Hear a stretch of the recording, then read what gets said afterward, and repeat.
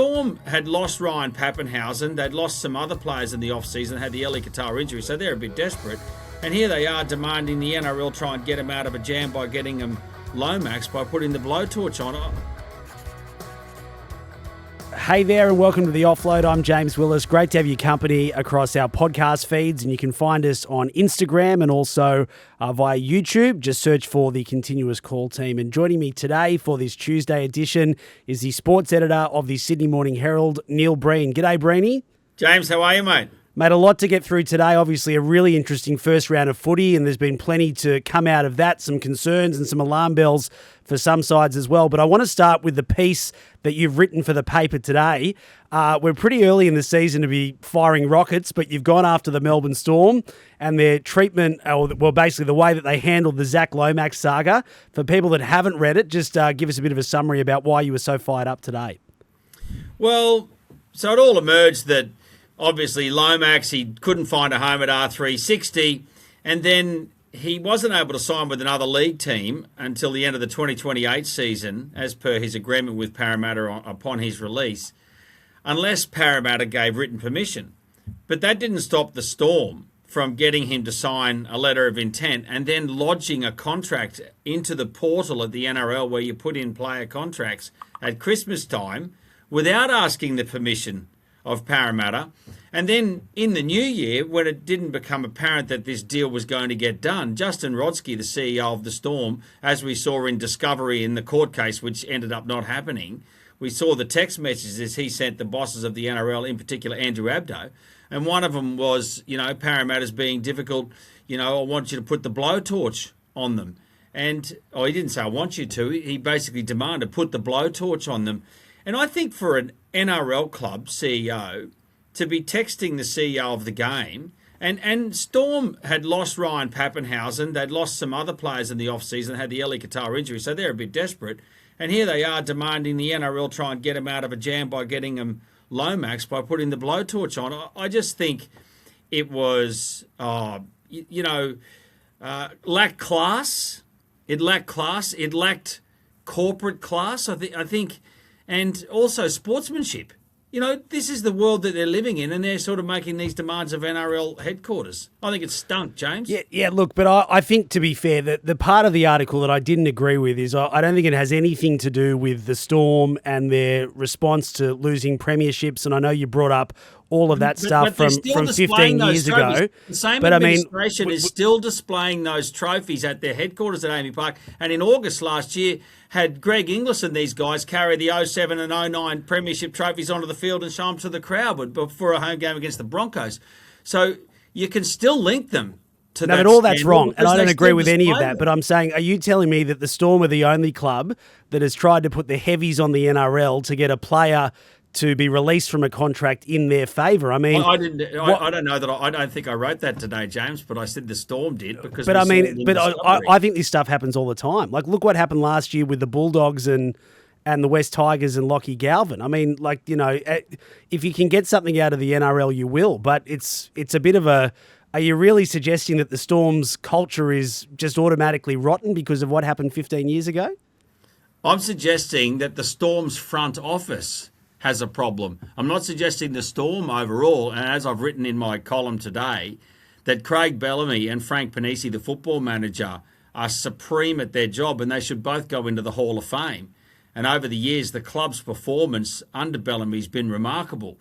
But they're let down by the front office, who make these churlish demands of NRL headquarters while at the same time still displaying trophies that they cheated to win. That's the point I'm making. It's about the front office. But there would have been other clubs that were chasing Lomax and would have needed Parramatta to release Lomax to have him. He was in demand at the time. The Storm were the front runners, but there were other clubs circling. The Storm were the club that lodged the contract with the NRL and put it into the NRL's portal without talking to Parramatta. No other club did that. Yeah, but again, we're talking about, I don't agree with anything you've said about I agree with what you've said about the premiership stuff from previously, but this was a player on offer, and I think if you can ask the NRL for a bit of help to get something over the line. Clearly, the other point on this is that the NRL was very keen for Lomax to play. If the NRL wasn't helping, then fair enough, but they were very keen for him to play for any club, including the Storm. The NRL was, that's true, James. The NRL was keen for him to play rugby league. This is despite the fact they were threatening bans to anyone who answered the phone to R360, and here he was, Lomax, signing a statement of intent. They were keen. What I'm saying is, as a CEO of a club, you cannot send a text to the CEO of the league saying, put the blowtorch on Parramatta. I think that's a poor look. That's just my opinion. Interesting to hear what Zac Lomax had to say about rugby being a truly international stage. He's loving rugby already, being a rugby league fan, a rugby league player for a long period of time. A bit of a parting shot, do you think, to the game, given what's going on? It was and it wasn't. Look, people have got absolutely upset about this. Mark Geyer on 2GB. I've seen comments from Mal Meninga, the long-time former Kangaroos coach, obviously had to give the job away because he's taking over the Perth Bears. He's really upset a lot of people. Look, that was a statement put out by Rugby Australia, and the quotes were attributed to Zac Lomax. I reckon the PR department at rugby headquarters was thinking, we got a victory over rugby league here. We're going to jam them. He's done a press conference today, Zac Lomax, and he's trying to say, I didn't really mean what I said. But at the end of the day, mate, your name's on the quote, and you're sort of having a crack at the game, a game that did a lot to try and keep you. You were playing State of Origin just last year. You played for the Kangaroos just a year ago. You played for high-profile clubs in the rugby league. You had another high-profile club wanted you, but they got into a legal tangle over it. And here he was sort of, weeing on them on the way out. I think he made a rod for his own back there, mate. Do you think he'll go well in rugby? There's a World Cup coming up. Can you see him being a Wallaby pretty soon? Yeah, I think he will. And I've read pieces today. Even John Drennan in the Sydney Morning Herald was writing today. He's got a big task ahead of him to get a job on the wing, because and when we wrote that there were 7 players last year played on the wing for the Wallabies. Well, that says enough, doesn't it? None of them were good enough to cement the position. I think Mark Nawonga-Nitawase will go back to rugby. He'll be a rival for him for a position on the ring. Obviously, Joseph Akuso-Suali'i as well, but he likes to play in the centres. There's one winger for certain, Max Jorgensen from the Waratahs. Everyone wanted Jorgensen. League clubs wanted him. Rugby Australia wanted him. He'll be one winger at the World Cup next year, uninjured. That means there's a wing spot left open. Zac Lomax under the high ball and returning the high ball is unbelievable. He was a magnificent winger. And for people to debate whether he's going to make it in rugby, they're kidding themselves. He'll be a really good rugby player. It's interesting, though. What do you make of the NRL being so keen to keep him in the game? And obviously, Peter V'landys made comments in Vegas about how Suali'i has left and Rugby Australia is making a point of promoting him as much as possible. He's a marquee player, but he's an ex-league player. I find it interesting that they're going above and beyond to try and keep these players in the game, because there's been a long history of players changing codes. I remember the World Cup in 2002, 2003, Rogers, Saylor and Takiri all left at the same time. Suddenly they were in the Wallaby starting side. So it's been happening for a while. I'm just amazed the NRL's so concerned about the idea of a few players leaving. The game's always survived. It always survives. It can always handle the loss of a player. It's never been a problem. Even when Lottie left, he came back to league. Wendell left, he came back to league. Matt Rogers left, he came back to league. The game always goes on. I think at this particular point in time, though, with the Perth Bears coming in, look, it'll be less than a year and they'll be playing. And then in less than 2 years, the PNG Chiefs will be playing. So you need another at least 60 players. That's 30 contracted players at each club. So you probably need at least 70 players more. So league doesn't really want to be losing them at this stage. It's interesting, though, this defection from Lomax. It's kind of been forced on him. He wanted to go for the R360 cash. Then he wanted to go back to the NRL. Then he got forced over to rugby and he's found a home at the Western Force. But he's kind of a proper defection because Joseph Akuso-Suali'i, came through King's School playing GPS First 15 rugby.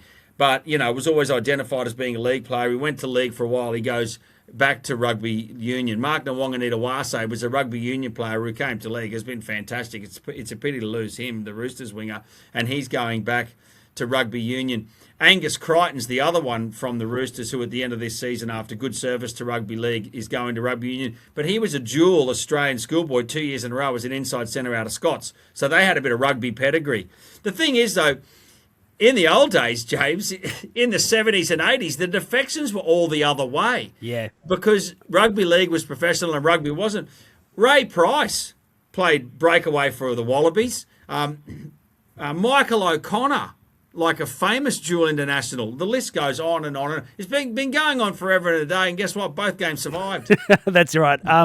Hey, this Friday night, Alex Johnston could break the all-time try-scoring record. He's one away from the record that Ken Irvine reached in 1965. It's been a very, very long time. It would be a very special moment. They take on arch rivals, the Roosters, so 2 tries would get there, and already in the lead-up, and I find this really interesting, but the clubs and the NRL and the stadium has made the point of saying, please do not run on the field.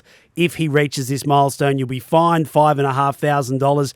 How do you think this will play out? Because I hate to say it, but the more you sometimes tell people not to do something, the more likely they are to do it. And there'll be a post-game presentation if he gets there. It'd be nice for him to get there this weekend. But what's going to happen here? Well, there's a lot of factors at play here. Firstly, people's memories are pretty bright about what happened with both Tony Lockett and Buddy Franklin next door at the SCG. Those were scenes that go down in Australian sporting folklore. You know, when Buddy got the 1,000 goals, it was only 2022, I think, and everyone ran on. Everyone wants to do the same for Alex Johnston. And the stadiums, as you said, no, the statements, you're not allowed to do it and all this sort of stuff. So what's going to happen? Because Souths are playing away at the Roosters, at the oldest rivalry in rugby league where 2 clubs hate each other, if Alex Johnston scores 2 tries against the Roosters, the fans are running on, James. I don't care. They've upped security from 25 to 50. They can have 500. They'll still be outnumbered. They can have 500. Yeah. They're going to run on. There's no way they can stop it. If everyone runs on, how are you going to fine individuals 5,500? One thing interesting's happened today, though, James, and I find this fascinating. The Roosters hate the Rabbitohs, right? It's real. What about, Russell Crowe's Book of Feuds? The hatred goes the other way. The Roosters today have said that if Alex Johnston breaks the record at our home ground and at our home game, then we will host a presentation for him on the field after the game. Now, for 2 arch rivals, I reckon that's not bad. No, it's really good. But the question is whether... So I can see people running on. I just don't know why they're so against the idea of a run-on. I mean, it's is safe. It insurance? It might be. But it was fine a few years ago, as you say, when it happened at the SCG with Buddy. Next door. Yeah, next door. So... I don't know what the problem is, but they've been saying it for ages. They were saying it last year too. Everyone, no, you're not allowed to do it. You're not allowed to do it. But you hit the nail on the head. Everyone's a schoolboy at heart still and a schoolgirl at heart still, James. The more you tell someone not to do it, that's it. Exactly. Quite an amazing milestone, though, for someone that's still got, arguably several years of playing left. It's an unbelievable career. It's absolutely incredible. Look, and I think you'll find that, he might end up in PNG because one or both of his parents are from PNG and he's eligible to play tests for them. He's a perfect player to play for them. Look, he could play for another 3 or 4 seasons. He could score another 60 tries, maybe. He's not going to just break this record. He's going to smash it. Just on PNG, the ARL has confirmed the accommodation partner for the PNG Chiefs franchise that will build 67 units. And this is going to be the fascinating part about this, and obviously the biggest challenge as well, to convince players and coaches and officials to say, look, it's tax-free if you come, and that is very, very lucrative, particularly if someone's about to end their career. But to get star players, to get young players to come with their families, how are you hearing this is unfolding at this stage? It's a huge challenge. Yeah, well, Michael Chammas, who was a high-profile journalist here at the Sydney Morning Herald, he worked with me and for me, and he's the general manager of footballs. His job's going to be to recruit them. He's really confident they'll do it. Look, I'm not so confident, James. Like, you know what? A lot of young players and a lot of older players who need to sort of cash out at the end of their career will take the opportunity, I reckon. a brand new apartment in a complex. It's going to be attached to this kind of resort. So there's an existing resort. Now they're going to build this new place with the 67 apartments, and you can use the resort facilities there's tennis pools and tennis courts, and swimming pools and the like and the whole thing. You're living in a compound. So a certain age brackets are like it. I reckon the 27, 28-year-old player with a wife and 2 kids, I'm not so sure. I'm really not so sure. It's going to take a special sort of person who's going to be really committed to the cause. And one of the things we always hear about rugby league players is, you go to training, you train hard and everything, and then they like to get away from it. Well, when you're living in that compound, how could you get away from it? I know. It'd be your life, 24/7. But then again, James, you'd like to get a bed in there at 2GB and stay there all the time, wouldn't you? You and Levy would be good flatmates. No, once upon a time, yes, but I'm happy to have the work-life balance being back. I thought you would have had it. Surely, in your years as being an editor, you've slept in the office more than most. I did a couple of times. No doubt. I did when there were massive events on the bushfires in 2011 out of Victoria. Was one such occasion. I also slept on the road a couple of times as a young journo, downtown one time in Brisbane when there was an overnight siege at a lawyer's office, and another time down at Grafton. You just sort of, just sleep on the side of the road and do your best. But no, not for me living in that compound. But at the end of the day, they'll get 30 players. Whether they're going to be competitive, I don't know. I've got a question for you, James. Yes. I can't think of any other PNG players who've made it in the NRL other than Justin Olam and Marcus Bai. Yes. Some PNG heritage players have made it, Adrian Lamb, Alex Johnston, but they haven't been, they've come to Australia or been born in Australia with a PNG parent. The PNG have had a team in the Queensland Cup, in the Queensland competition, like their version of the New South Wales Cup, for well over a decade, and they haven't produced NRL players. So, I don't know. We'll see. Well, and my other issue is it's not just, as you said earlier, it's not just the PNG side, it's the Perth Bears side. And if you look at the games on the weekend, there were some teams that were flogged. There's some teams that have got stronger rosters than others. There's some teams that are lacking too many star players. I mean, I had a look at the Titans on the weekend, and I think they've got some real issues. They might improve, who knows, but there's plenty of sides that have rosters that are not all that strong. You add 2 more sides and expect the NRL to be competitive every week, particularly 19 teams. It's a big ask, and there's different challenges with Perth, right? Because it's a whole new marketplace. So I think there's some issues there all coming in at once, and we run the risk of some major blowouts. But it all is related to the TV deal, and the talk of the TV deal, Breen, is a $4 billion deal over 5 years. Although Netflix aren't keen, I'd say some other streaming services would be. The streaming services, this is the problem for Netflix. So Netflix has a brand, right? And Netflix likes to broadcast sport, but it wants to broadcast Christmas Day NFL, right? Yeah. A really big thing. And then it goes and hires Beyonce to provide the halftime entertainment. So it goes for big sport event TV, bang, cop this. So the NRL was asking, well, do you want the Saturday night 7:30 slot or the Saturday night 5:30 slot as a perennial broadcaster, or maybe all the pay TV rights? Netflix doesn't produce the sport themselves. Netflix is a platform for it to be broadcast on. If Netflix was going to broadcast rugby league, then it would have to be produced for them. So the NRL would then have to provide the broadcast, like the NFL provides the broadcast, like the IOC, the Olympics, provides the broadcast of the Olympics for people to put on their platforms. You know what I'm saying? Yep. So where's the NRL going to be in all of this with regards to offloading rights to someone like Netflix? If Nine and Foxtel or /Fox Sports /KO /DAZN buy the rights, then they'll broadcast it. They've got the outside broadcast vans, they've got the talent, they've got the cameras, they've got the cameramen, they've got the sound people, the whole kit and caboodle. So that's where the NRL's got a little bit of an issue. I reckon we're going to end up with the same broadcasters, as sure as eggs are eggs. I reckon a real sticking point in these negotiations, and watch this one going forward, James, is who is going to provide the broadcast from 2028 onwards of the PNG game, and what are they going to do in Perth? And you go, oh, well, Nine will just have to broadcast it. Now, Nine is not going to send full camera crews and outside broadcast vans to PNG every second week for an NRL game because they'll go broke.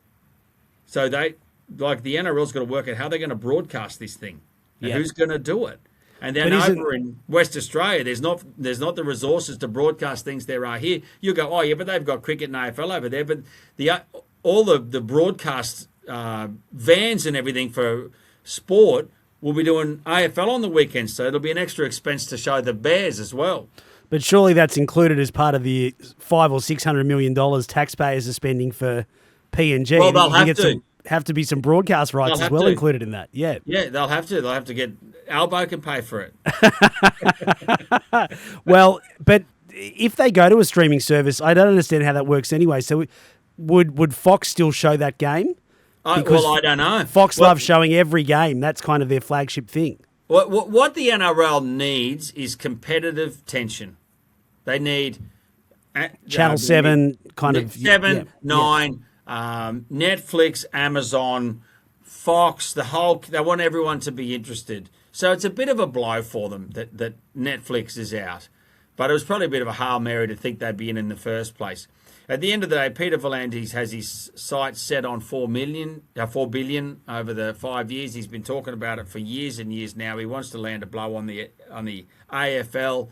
I don't know if he'll quite get there, but he just might. And in the past, people have doubted Peter V'landys, getting the game back on during COVID or the Everest. What's this weird horse race? And guess what? He always pulls it off. That's right, exactly. Hey, Brady, that was fun. Let's do it again next week. I appreciate your time. Thanks, James.